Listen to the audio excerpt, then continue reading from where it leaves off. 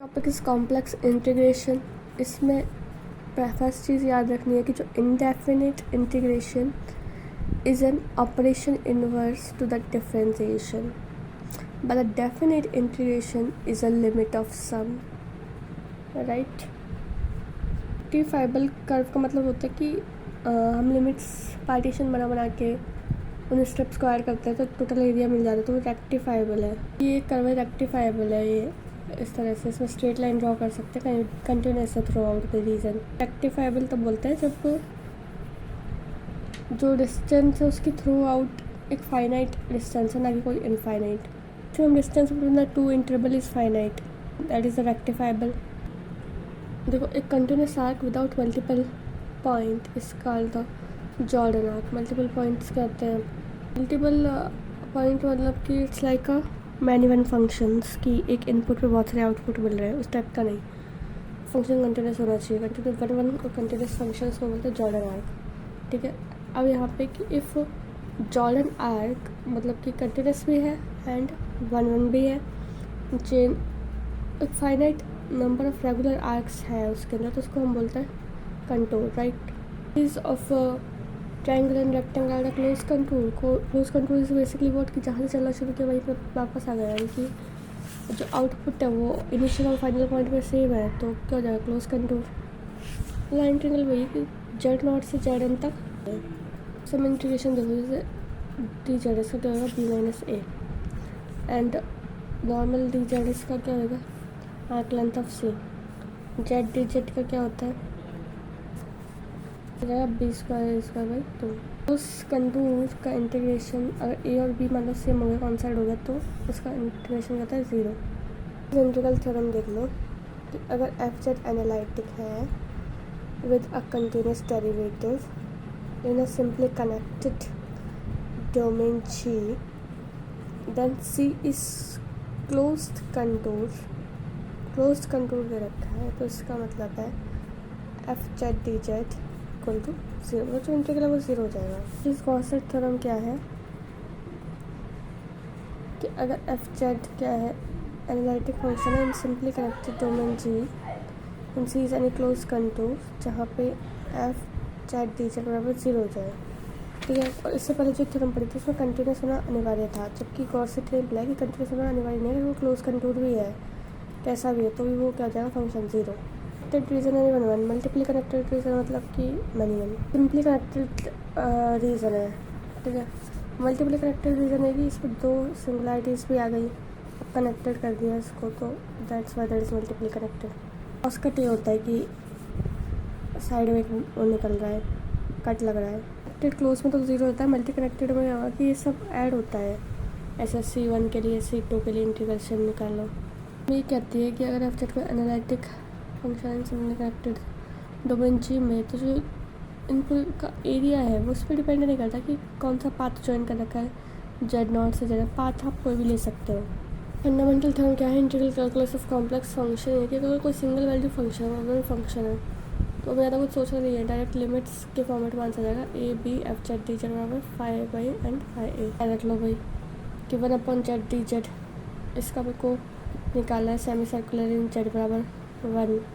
इसका डोमेन है from -1 to 1 above the real axis. तो इंटीग्रेशन क्या बनता है इसका माइनस पाई आई से, और पाई आई कुछ भी बन सकता है, बस ये ध्यान रख लो।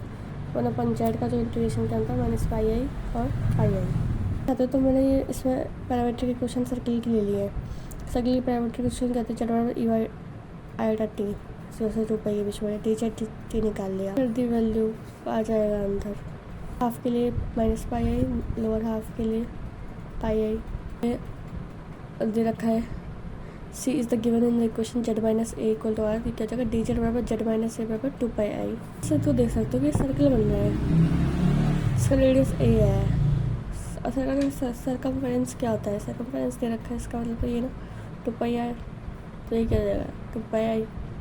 वैल्यू निकालनी है डी जेड अपन जेड माइनस 2, वैल्यू कुछ भी दे रखी हो 2 पाई आई आ जाएगी। यहाँ पे देखो वन अपॉन जेड के और एन का क्लोज कंटूर दे दिया, answer zero. D Z upon Z का 2 पाई आई खत्म बात। Topic is application of Cauchy's integral. This Cauchy's integral formula statement क्या है इसका? कॉशीज इंटीग्रल फार्मूला कि अगर एफ जेड कोई एनालिटिक फंक्शन है सिंपली कनेक्टेड डोमेन जी में bounded by rectifiable Jordan curve continuous on C, then function की Z not पे जो वैल्यू होगी क्या होगी 1/2 और पूरा लाइन इंटीग्रल है एफ जेड डी जेड से लेकर जेड माइनस जेड नॉट तक। इस स्टेटमेंट ये है कि अगर एफ जेड कोई एनालिटिक है विद इन अंदर भी है और बाहर भी है और क्लोज कंटूर्स। मैं इस इंटीग्रेशन की वैल्यू नहीं निकाल रही हूँ, मैं वो निकाल रही हूँ कि इस पॉइंट पे मेरे फंक्शन की दशा क्या है। तो वो फंक्शन की दशा है वो 1/2 है और F Z D Z upon Z minus Z not है। टू कर्व्स के बीच में निकालना तो दोनों कर्व्स के बीच में माइनस कर दो। डेरिवेटिव निकालना होता है how to find its derivative, मतलब स्लोप कितनी चेंज आ रही है। तो कुछ नहीं करना, F Z upon Z minus Z naught तो कर ही रहे थे, इसका स्क्वायर कर दो, ठीक है। स्टेटमेंट इज इक्विवेलेंट कि अगर आपको एफ जेड डैश ने जेड नॉट पे निकालना है, स्लोप निकालना है चेंज में, मेरा फंक्शन क्या था ओरिजिनल कि F Z upon Z minus Z not, इसमें क्या कर दो डेरिवेटिव कर दो। डेरिवेटिव करने पे क्या जाएगा F Z as it is Z minus Z naught का क्या जाएगा square. Derivative of an analytic function is itself analytic function, right. मैं डबल इंटीग्रेशन निकाल रहा हूँ, एफ डबल डैश निकाल रहा हूँ, तो मेरे को क्या करना है पहले सिंगल निकाला तो 1/जेड माइनस जेड नॉट का स्क्वायर आ जाएगा। डबल निकाल रहे तो यहाँ पे आ जाएगा क्यूब, फिर ऊपर क्या आएगा वो इम्पॉर्टेंट है, बाहर इंटीग्रेशन से बाहर आएगा फैक्टोरियल 2 फैक्टोरियल अपॉन 2πi। वो डायरेक्ट फार्मूला है। फार्मूला क्या बोलता है कि जितना भी नंबर का आपको डेरिवेटिव निकालना है, राइट, सबसे पहले जितना भी डेरिवेटिव निकालना है उतना फैक्टोरियल कर दो। लाइक 2 डेरिवेटिव निकाला 2 फैक्टोरियल, 3 डेरिवेटिव निकाला 3 फैक्टोरियल। क्या किया n फैक्टोरियल कर दिया, डिवाइड किया किससे 2πi से। i से डिवाइड करना is a fix. Main problem is what you write is as a factorial, what derivative you want to find out should be written as a factorial, right?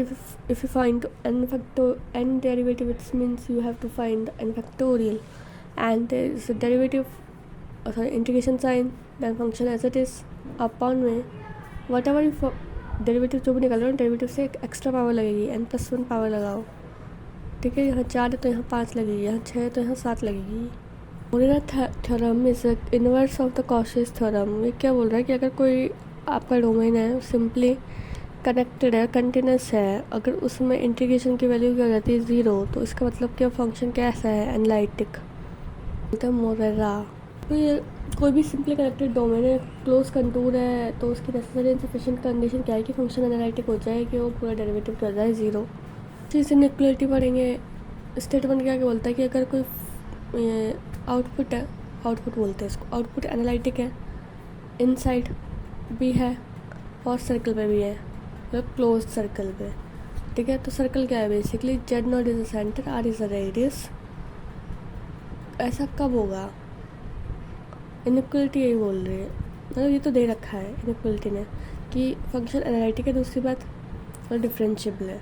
दूसरी चीज़ कहाँ पे, उस inside और on the circle. तो basically जो ये circle है Z minus Z not बराबर आर, इसमें ये होगा यहाँ पे जो एफ जेड है आउटपुट,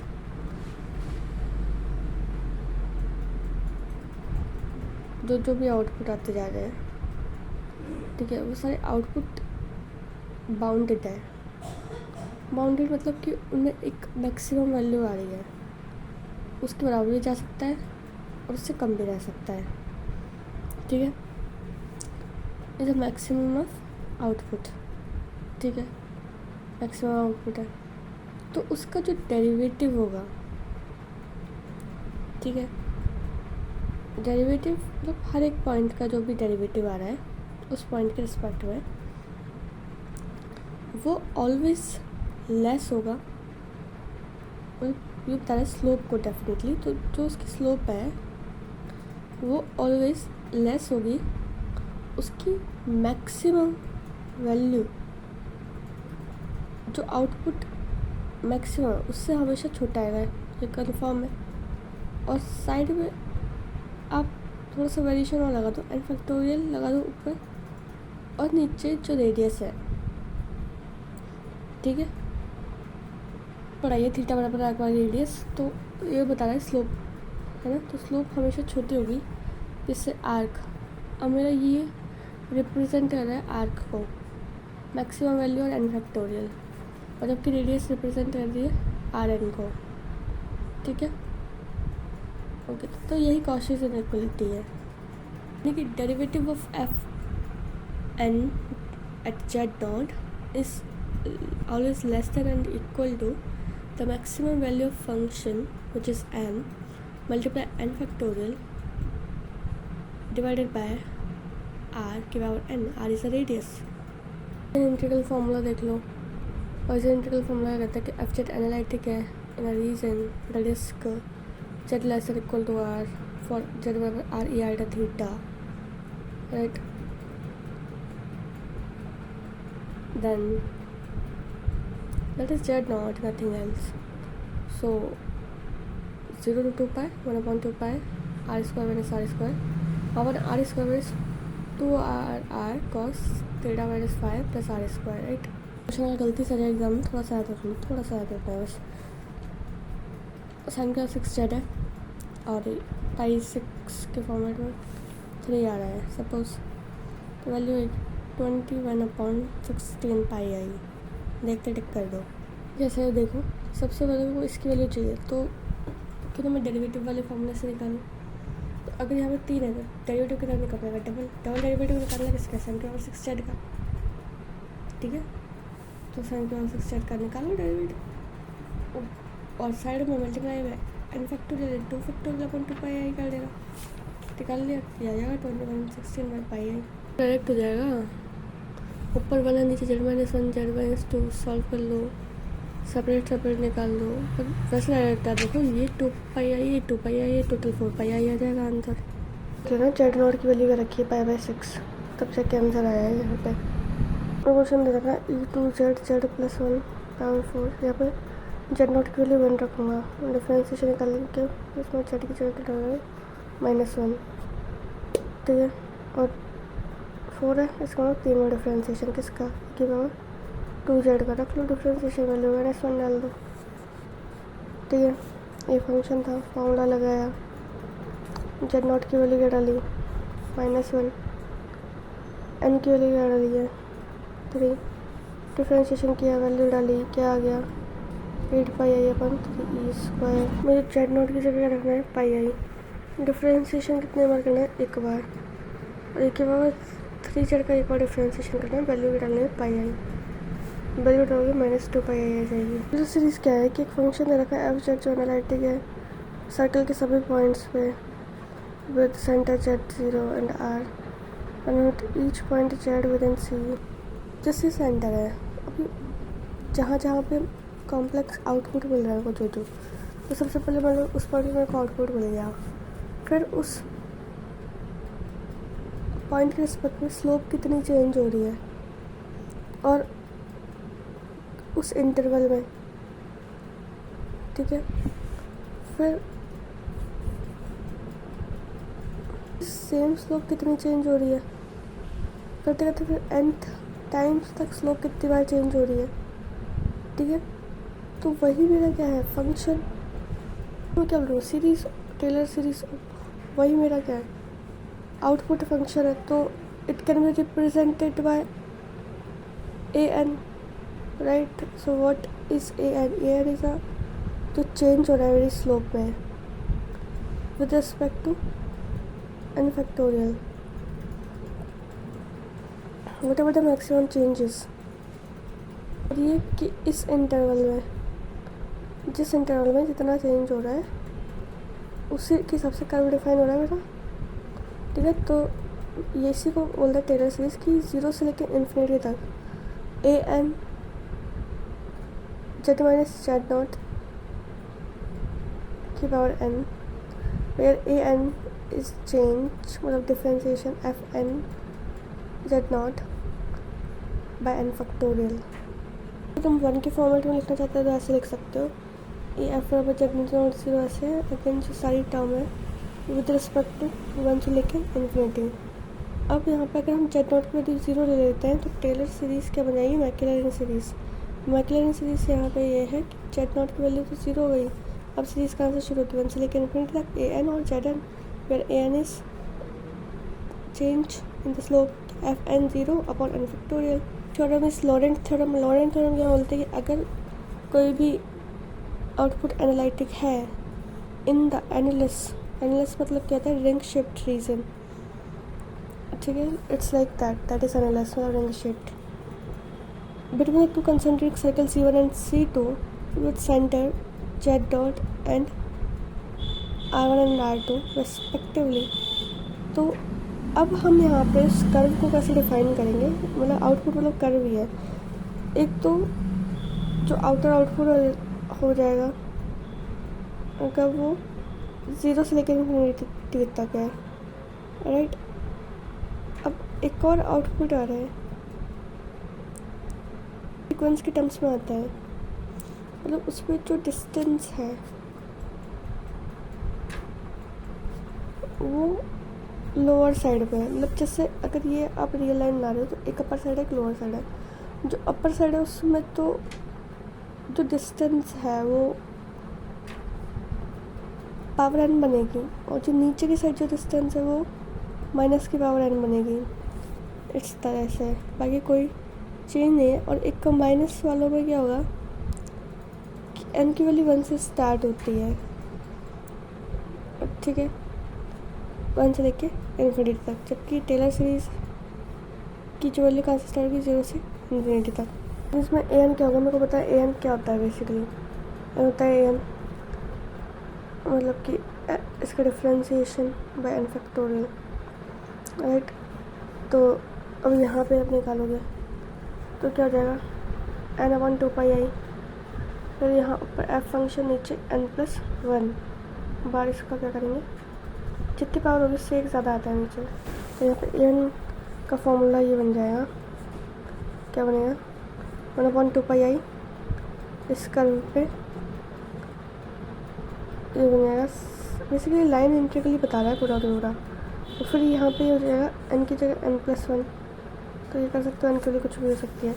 इस तरह bn में -n पावर है तो -n पावर लगा दो n की जगह, n को -n से रिप्लेस कर, ये bn का आ जाएगी line integral. Form we can write as -∞ to infinity an z minus z naught से n तक। तो जो an बराबर हमारा ये हो जाएगा, जब प्लस होता प्लस तो माइनस होता माइनस। नेक्स्ट है ये लुबली थ्योरम। लुबली थ्योरम ये यहाँ पे बोल रही है कि एक फंक्शन है which is analytic and every finite region of Z plane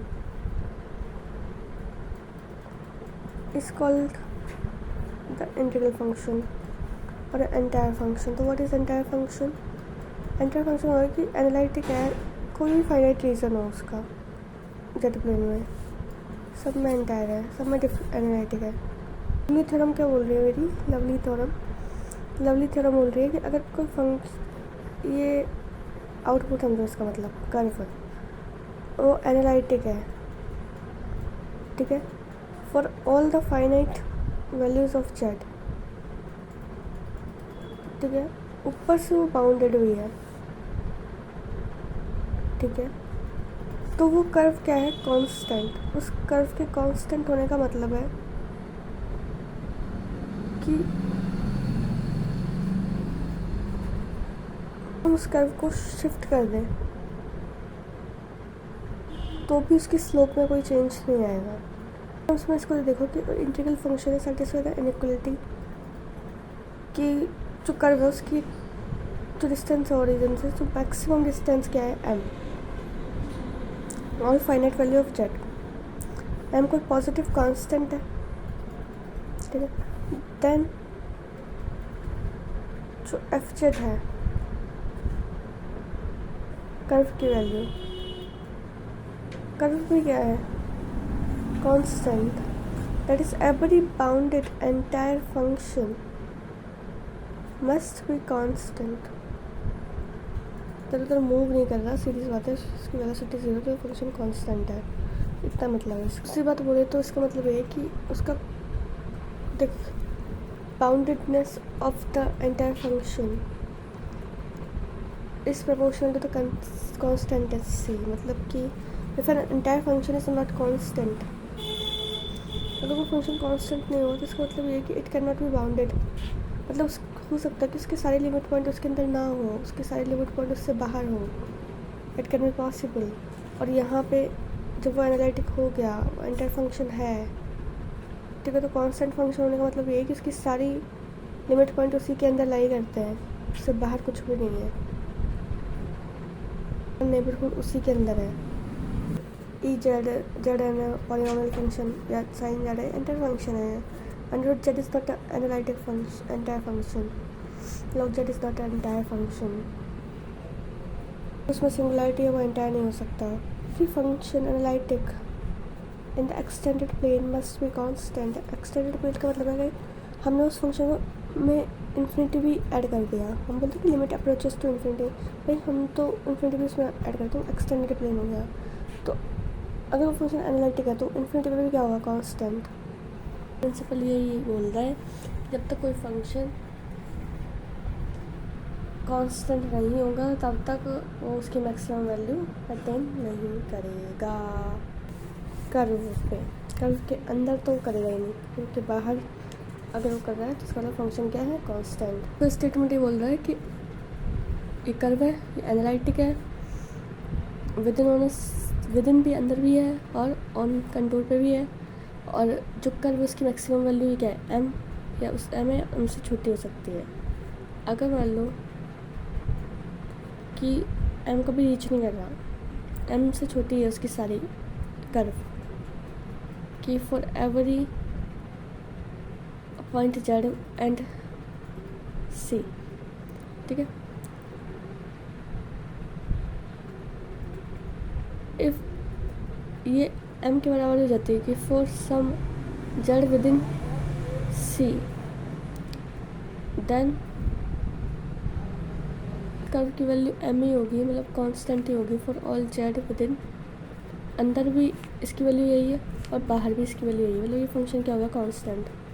F constant है तब तक वो अपनी मैक्सिमम वैल्यू बाउंड्री पर ही लाई करेगा. तो इनको टेलर सीरीज के फॉर्मेट में कैसे लिखते हैं, जो ई चढ़ रहा है कंटिन्यूस फंक्शन है, मतलब पॉलिनोमियल फॉर्म में लिखते हैं ना अपन. ये तो सीरीज होती है, तो एन टर्म क्या होगी इसकी, Z N upon N factorial. Series open कर लो, जो एन टर्म में वही आपका बन जाता है. ऐसे साइन जा रहा है -1 की पावर n+1, और क्योंकि और होता है जेड के बाद 2n-1 अपॉन 2n-1 फैक्टोरियल 1 से लेके इन्फिनिटी तक. ई वाला 0 से लेकर इन्फिनिटी तक था.